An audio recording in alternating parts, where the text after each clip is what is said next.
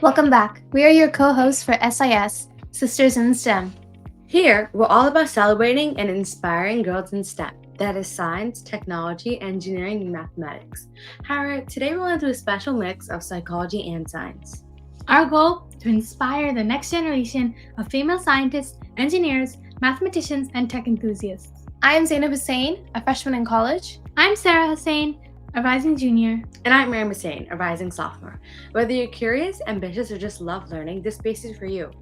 Let's challenge stereotypes, open doors, and show that girls are essential contributors to innovation.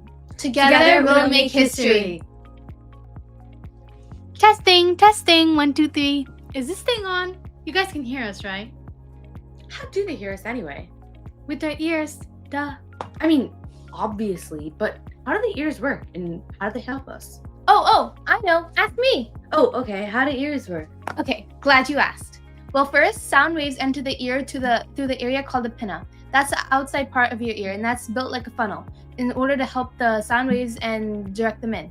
Next, the sound travels down the ear canal, also known as the auditory canal. The sound waves eventually hit the tympanic membrane known as the eardrum. That is a thin circular layer of tissue that separates the outer ear from the inner ear, which is where all the more important functions are. Remember when your parents tell you to be careful about cleaning your ears? Yeah, that's to help protect the tympanic membrane, the eardrum, which is the doorway to your middle ear. When the tympanic membrane vibrates, it causes the ossicles to vibrate too. The ossicles are the 3 smallest bones in our body located in our ears.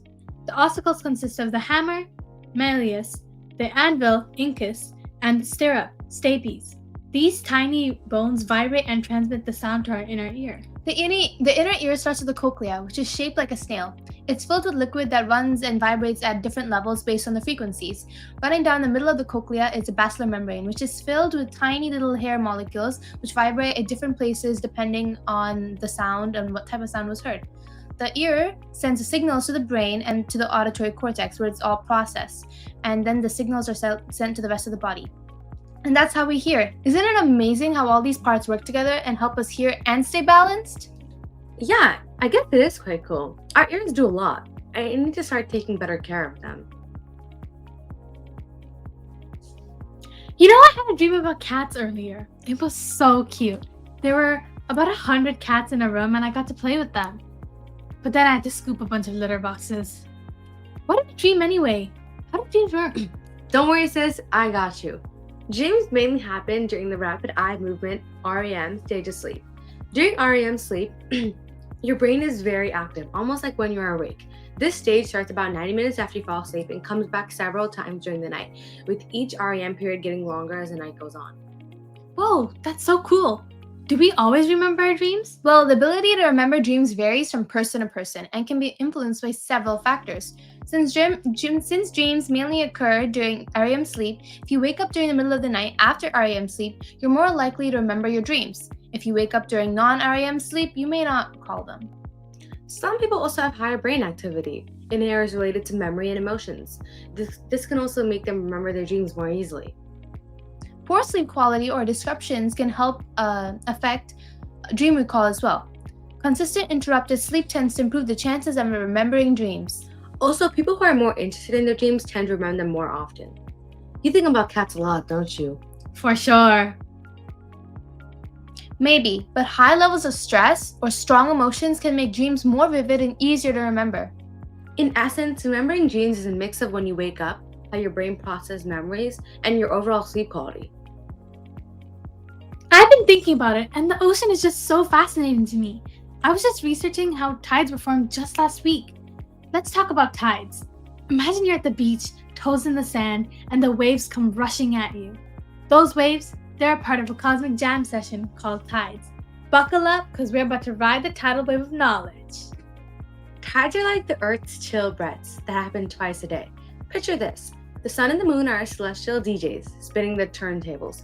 Their gravitational pull creates tides, the ultimate ocean groove. The moon affects tides in its own way.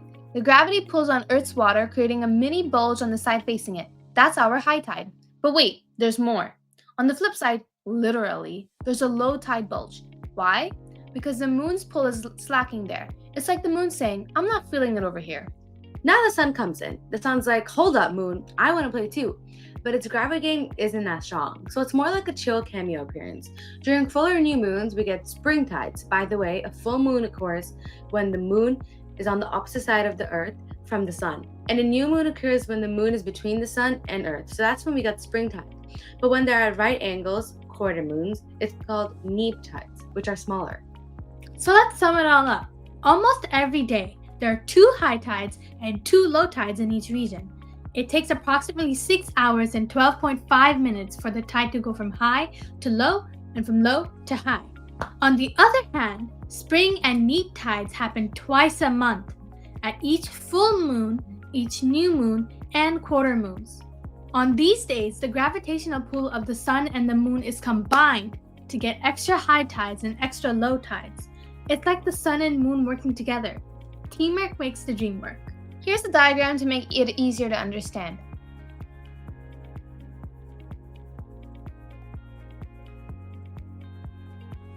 We hope this video has ignited your curiosity, challenged your thinking, and left you with the hunger for knowledge. Remember, you're part of a community that believes in your potential to change the world. Keep dreaming big, keep exploring, and keep pushing boundaries. Until next time, stay curious!